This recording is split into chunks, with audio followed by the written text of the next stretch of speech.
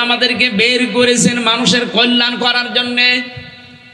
আপনার দ্বারা যদি মানুষের কল্যাণ না হয়, আপনি বুঝবেন আল্লাহর কাছে আপনি আর কুকুর সমান। হ্যালো বন্ধুরা, আসসালামু আলাইকুম। আশা করি আপনারা সবাই ভালো আছেন। আজ একটা গুরুত্বপূর্ণ ভিডিও নিয়ে এসেছি। আজকের ভিডিওটিতে আপনারা 3টা বিষয় সম্পর্কে জানতে পারবেন। 1 নম্বরে, মুসলমান হওয়ার পরেও নামাজ না পড়লে তার কি হবে? সে জান্নাতে যাবে নাকি জাহান্নামে যাবে? 2 নম্বরে, নানান অজুহাতে যারা চেয়ারে বসে নামাজ আদায় করে তাদের নামাজ কবুল হবে কিনা। 3 নম্বর, আর সিজদা দিলে আল্লাহ তার বান্দার মধ্যে সম্পর্কটা কেমন হয়? এই বিষয় নিয়ে গুরুত্বপূর্ণ আলোচনা করেছেন মাওলানা মুফতি আমির হামজা। চলুন তার মূল্যবান আলোচনাটি শুনে আসি। আমি একটা শক্ত কথা বলছি, এবার রাগ হচ্ছে। কিয়ামতের দিন মুসলমান দাবি করার পরে 4 প্রকার মানুষ জাহান্নামে যাবে।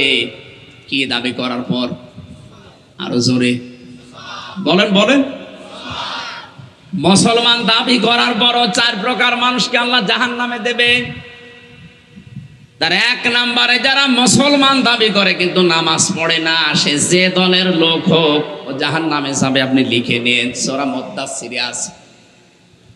ফেরেশতা জিজ্ঞাসা করবে, যিনি দারওয়ান আছে, মালিক ফেরেশতা জাহান্নামের গেটে, জাহান্নামী মানুষদেরকে বলবে, আপনি জাহান্নামে আসলেন কেন? মা সালাকাকুম ফি সাকার ক্বালু লাম নাকু মিনাল মুসাল্লিন। বলবে, আপনি জাহান্নামে এসেছেন কেন? আপনার নাম, এই যে তালিকা আল্লাহ আমাকে দিয়েছে, নামটা দেখেই তো মুসলমান মনে হয়। আপনি তো মুসলমান, নিজেও দাবি করছেন, জাহান্নামে আসলেন কেন? যত মানুষ জাহান্নামে গেছে, এক বাক্যে তারা জবাব দেবে, লাম নাকু মিনাল মুসাল্লিন, দুনিয়ায় নামাজ পড়তাম না, এই কারণে আল্লাহ জাহান্নামে দিয়েছে। কক্সবাজারবাসী ভালো করে এখানে জবাব দেবেন। কোন হিন্দু কি বলবে আমি নামাজ পড়তাম না? এই কথা বলেন না কেন? কোন খ্রিস্টান বলবে? কোন বৌদ্ধ, কোন ইহুদি? কারণ ওরা নামাজ, ওদের নামাজ নেই। এ কথা বলতে পারে তাহলে কারা? যারা মুসলমান দাবি করে নামাজ পড়ে না।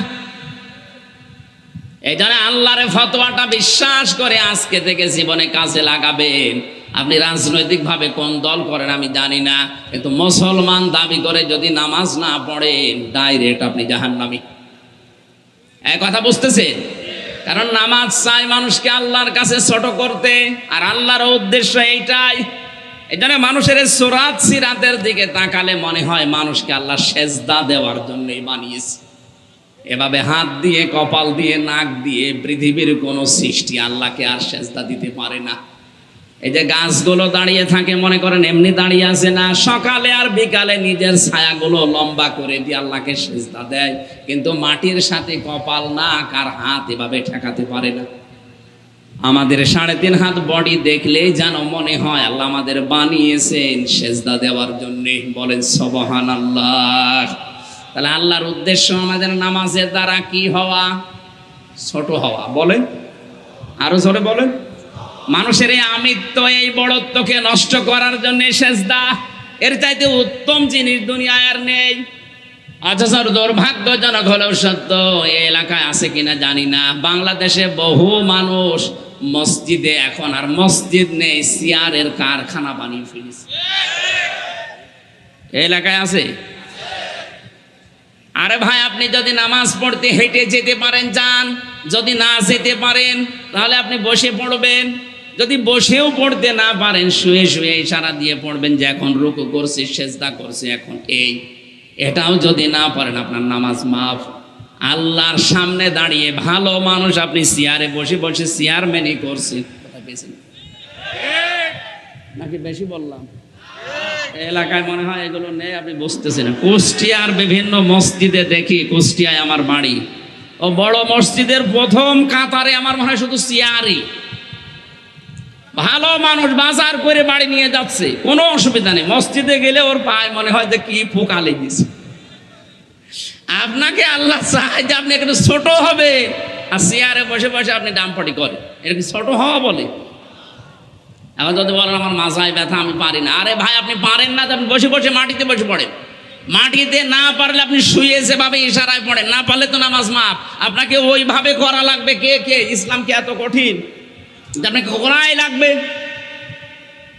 এমনকি মসজিদে দৌড়িয়েছে জামাত ধরাও নিষেধ। এখানে আলেম যারা আছে বলেন, নবীজি বলেন সেই কয় রাকাত পাও যে এ পাবে ইমামের সাথে, না পারলে বাকিটা একা পড়ে নেবে। দৌড়াতে যে যদি ক্ষতিগ্রস্ত হয়ে যান আপনারা ক্ষতি উসুল করবেন কি দিয়ে? দেখেন তো, যেখানে দৌড়িয়ে নামাজের জামাত ধরা নিষেধ, আর সেই জায়গায় হোক কি কঠিন করে ইসলাম বানিয়েছে। ওটা আরাম আছে, শান্তি আছে এই কারণে। আর আল্লাহর কসম, আপনি যদি নামাজের ভেতরে কপালটা মাটিতে না ঠেকাতে পারেন, সেজদার উদ্দেশ্যই তো হাসিল হয় না। কারণ সেজদায় নামাজে যে সেজদাকে আল্লাহকে কুদরতি পা মনে করা লাগবে, যেটা আল্লাহর কুদরতের পা। এমন একটা অনির্বচন সুখ আপনি ওখানে পাবেন। এখানে লম্বা করে একটু সেজদা দেওয়ার চেষ্টা চালান। জেলখানায় আমি এই যে 3টা বছর কাটিয়ে আসলাম, আমার নিজের অপরাধের জন্য নাকি? কে কোথায় কি করেছে সেই দোষ আমার ওপরে চাপিয়ে বিনা কারণে আপনি আটক করে রাখলেন। যাই করেছি তারা জবাব দেবে কিয়ামতে। এখানে যাওয়ার পরে আমি যেটা এর আগে জানতাম না, যেটা আমি পেয়েছি সেটা সেজদার মজা। আপনি যদি রাতের বেলা, ওখানে তো কোনো কাজ কাম নেই, 24 ঘন্টা তালাবদ্ধ থাকি। এই রাত 2টা 2:30টায় উঠে যদি একেবারে আজান পর্যন্ত 2 ঘন্টা 2.5 ঘন্টা 1-1.5 পারা কোরআন শরীফ নামাজে পড়ে 45 মিনিট 50 মিনিট যদি একটা সেজদা দিয়ে মনের কথাগুলো বাংলা ভাষায় মাতৃভাষায় বলা যায়, এখানে একটা মাসলা বলা দরকার। এই এখানে নড়াচড়া বন্ধ করেন। এই মাসলাটা জানেন কিনা আমি জানি না। নফল নামাজে আর সুন্নত নামাজে আপনি যদি নিজের মনের কথাগুলো সেজদায় গিয়ে বাংলা ভাষায়ও মাতৃভাষায়ও বলেন, অসুবিধা নেই, এটা জায়েজ আছে। যেহেতু আমাদের ভাষা আরবি না, আমরা মাতৃভাষা আরবি, আমরা বুঝি না কি বলি, এই জন্য আপনি বাংলায় দোয়া করবেন যে আল্লাহ আমার এই অসুবিধা আছে, আমি সেজদায় পড়ে বলছি। কারণ সেজদায় গেলে আল্লাহর মাঝে আর বান্দার মাঝে কোনো পার্থক্য থাকে না, একেবারে কাছাকাছি হয়ে যায়। সাহাবী প্রশ্ন করলেন, হে নবী, বান্দা কখন আল্লাহর নিকটবর্তী হয়? বিশ্ব নবী বলেন, মানুষ যখন সেজদায় চলে যায় তখন আল্লাহ আর বান্দার মাঝে কোনো ফারাক থাকে না। তাহলে ওই জায়গায় যদি আপনি আরবিতে যে কথা বলতেও না পারেন, আপনি বাংলায় বলেন যে আমার ব্যবসার এই জিনিস সমস্যা হচ্ছে, আল্লাহ তুমি দান করো। আমার জীবনের এই অপরাধের জন্য আমার এখন আফসোস হচ্ছে, আল্লাহ তুমি এটা আমার ক্ষমা করে দাও। যদি চোখের পানি নিয়ে আবেগ নিয়ে কথাগুলো বলতে পারেন, একটা আলাদা সুখ আপনি পাবেন। সেজদার যে মজা, এটা আমরা আসলে অনেকে জানি না, এই জন্য সেজদা দিতে চাই না। 40-45 মিনিট 1 ঘন্টা যদি একটা সেজদায় পড়ে পড়ে আবেগ নিয়ে পেছনের অপরাধের কথা স্মরণ করে কাঁদতে পারেন, আপনি দেখবেন স্ত্রী ব্যবহার করার চাইতেও বেশি আনন্দ পাচ্ছেন। এ পৃথিবীতে স্বামী স্ত্রীর মিলনের চাইতে তো আনন্দদায়ক বিষয় দুনিয়ায় আল্লাহ আর দেয়নি। এর চাইতে বেশি মজা পাওয়া যাবে যদি সেজদায় আল্লাহ আপনাকে পেয়ে যান। আমি নিজে পরীক্ষিত, এই জন্য আমলটা বললাম। মনের ভেতরে যখন অশান্তি লাগবে, রাতের বেলা লম্বা করে একটা সেজদা দিয়ে যদি কাঁদতে পারেন, মনে করবেন আল্লাহ আপনাকে নিজে মাথায় হাত বুলিয়ে দিচ্ছে। মুসলমান দাবি করার পরে যারা সেজদা দেয় না, তারা যাবে কোথায়? আরো জোরে। আর কারো ফতোয়া লাগবে?